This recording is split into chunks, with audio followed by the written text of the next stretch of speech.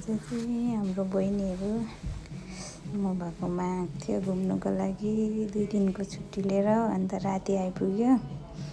अन्त बुढा र म राति 4 बजी, राति भन्दा नि बिहान 4 बजी जाँदैछौँ मेन रोडमा लिनु। बुढा र म चाहिँ निन्द्रामै। बहिनीहरू आउँदाखेरि खुसी भएर म चाहिँ भिडियो बनाउँदै जाँदैछु। बुढा चाहिँ निन्द्राले।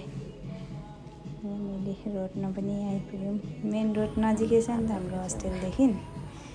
अन्त हामीले एड्रेस दिएको थियौँ आउनु भनेर हामी पर्खिरहेको छौँ। म चाहिँ भिडियो बनाइरहेको छु। बुढालाई यतैबाट आउँछ होइन दिदी?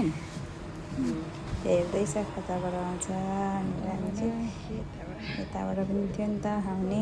अन्त तिनीहरू चाहिँ उताबाट अर्को बाटोबाट आउँदै रहेछ। पर्खिरहेको छौँ बुढाबुढी चल्दै भिडियो बनाउँदै हो। अनि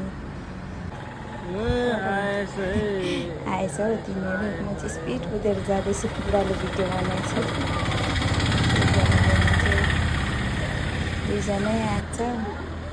दुईजना खुसी लाग्यो यिनीहरूलाई भेट्दा। कति दिन बादमा। अनि त्यो दिन चाहिँ बस्यो। उनीहरू घुम्नु गयो होला राम्रो जग्गा हो। अनि चाहिँ घुम्नु गयो अटोमा।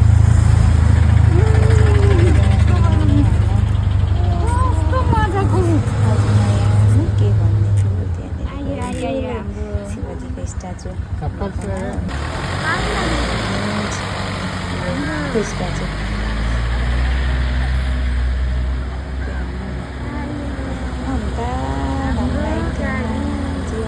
रिजर्भ गरेर लाग्थ्यो नि त। बुढा कस्तो लाग्यो? घामले त्यसै त्यहीँ राखेको छ हो। रातो नरातो भइसकेको छ काला घामले। कस्तो घाम थियो कि अटोमा पनि कस्तो गरम कुदिरहेको छ कि झन् घाम गरम भयो। अन्त यो चाहिँ बाहिरको मन्दिर। यो चाहिँ तर बेलुका 5 बजी मात्रै खुल्दो रहेछ। अन्त त्यतिखेर चाहिँ खुलेको थिएन। हामी चाहिँ 1 बजी पुगेको थियौँ। त्यो चाहिँ बन्द थियो। यहाँको चाहिँ सबै बन्दै रहेछ। अन्त हामी चाहिँ सिधै गयौँ। यहाँ हेर्नु न घाम। यहाँ टेक्दाखेरि यस्तो खुट्टा पोलेको कि खाली खुट्टै गयौँ हामी। यो भित्र चाहिँ खाली खुट्टै जानुपर्ने रहेछ।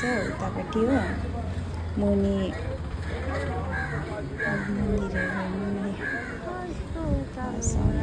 मन्दिर।